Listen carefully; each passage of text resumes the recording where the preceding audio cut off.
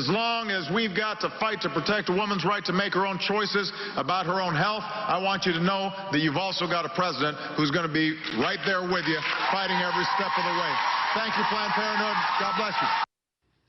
Yeah, he's right there with them saying, God bless you, Planned Parenthood. And here, Planned Parenthood, they receive over $528 million of our tax dollars. Some reports are breaking this down, saying it's about $1.5 million every day. Your dollars going to Planned Parenthood. Well, I'm really proud that two mama grizzlies that Sarah Pack supported early in their first campaigns, they're the ones leading the fight to defund this horror.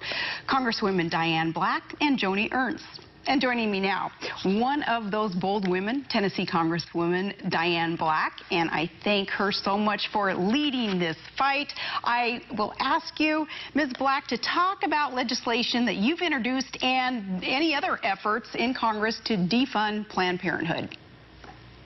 Oh, Sarah, thank you so much for having me today, and thank you for bringing this topic to the American people. We have to just keep having the American people understand what truly is happening. They've been sold a bill of goods, a bunch of lies by the Planned Parenthood Association, and we have just got to make sure people are seeing the heart and the soul of what's behind that curtain. So this is great that you're continuing to talk about this. I can't thank the Center for Medical Progress enough for breaking that veil so people can really see what they're about.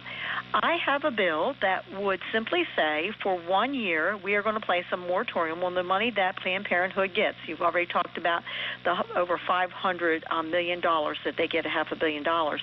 And that money does not get lost. That money goes to other clinics that are providing the services that Planned Parenthood declares that they're providing, and in a much larger way. So we have about 13,000 of these either federally qualified health clinics across the country. They could be faith-based, they can be state health departments, and they're providing these services. They can get that money. But in the meantime, we need to investigate Planned Parenthood and really find out what's going on behind their doors. That's right. It's appreciated there that you're on top of that, the investigations that are needed. Now, we can assume that President Obama would veto any of your actions to defund.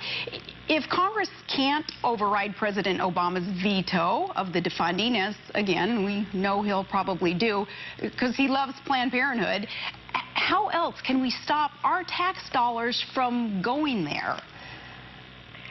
We can do it through the appropriations process as well, and as you've already alluded to, we have a president who is in love with Planned Parenthood. But, Sarah, I have been saying for over 40 years as a nurse that the only way that we're going to get the people of the country to understand truly what's happening is that win their hearts and minds. And that's what we're doing with these videos, is that we're allowing people to see this is not a blob of tissue, as has been sold to them for over 40 years. They are now seeing that if you're trying to harvest a brain, a heart, a lung, you don't get that from a blob of tissue. You get that from a baby. And it is by the American people standing up and just insisting that their dollars not to go to these despicable organizations that do the kinds of things that we've seen that Planned Parenthood is doing. That's when we're going to really change what's happening here in this country with the funding of Planned Parenthood and other abortion clinics. Well, and you being a nurse for 40 years, your position is so legitimized, Congresswoman. Did you have previous experience with this law-breaking business, Planned Parenthood, before this? And Congresswoman, the excuse that we hear to keep up the funding, it's because supposedly they provide medical referrals and birth control for other women, but as you are suggesting, surely there are other clinics and even Obamacare that's doing the same thing. Are we duplicating services here? Well, we are, and there is no reason in this world why we should be giving that kind of money to an organization that really is the biggest abortion provider in the entire country, when there are other agencies around, as I say, state health departments, county health departments, and by the way, they are having to compete with Planned Parenthood for those dollars.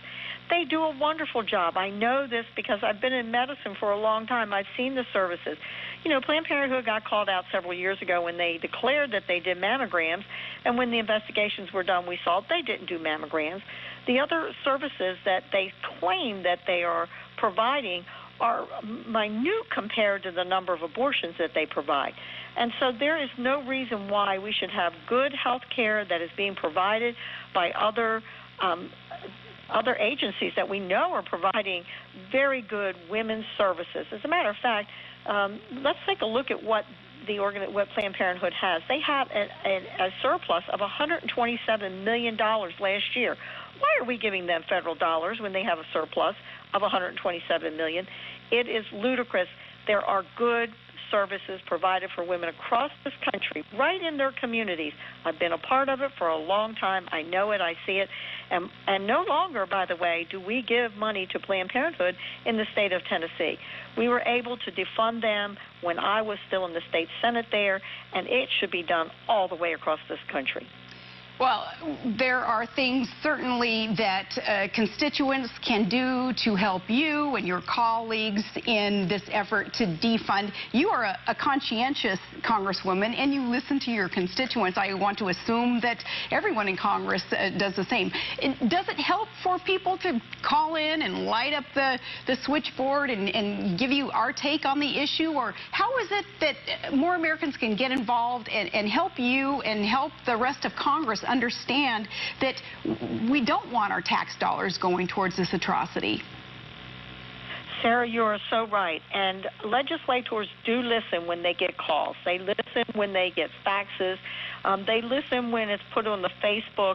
And first of all, I want to say, people, thank your congressmen if they're already on board. We have more than 160 co-sponsors on my bill. Just write them a little note, call their office, thank them, because they also need to be supported, and let them know that they're doing a good job. But for those that have congressmen that are not listening or haven't committed, call their offices.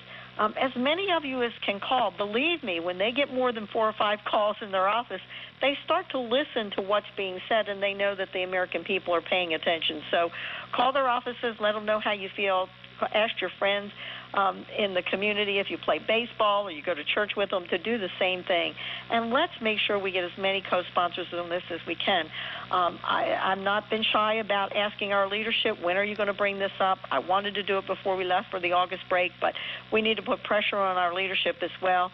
Kevin McCarthy has told me that, yes, he will bring up the legislation, but the sooner the better. Okay, good. And there again, here's a proposed solution. It's not just griping about the problem, but the Congresswoman, she proposes a solution, and part of that is thanking those who are already on board and certainly encouraging the other lawmakers or leaders to get on board with her efforts, Joni Ernst's efforts. I thank these women for leading the charge. So I thank you, Congresswoman Black, and still ahead.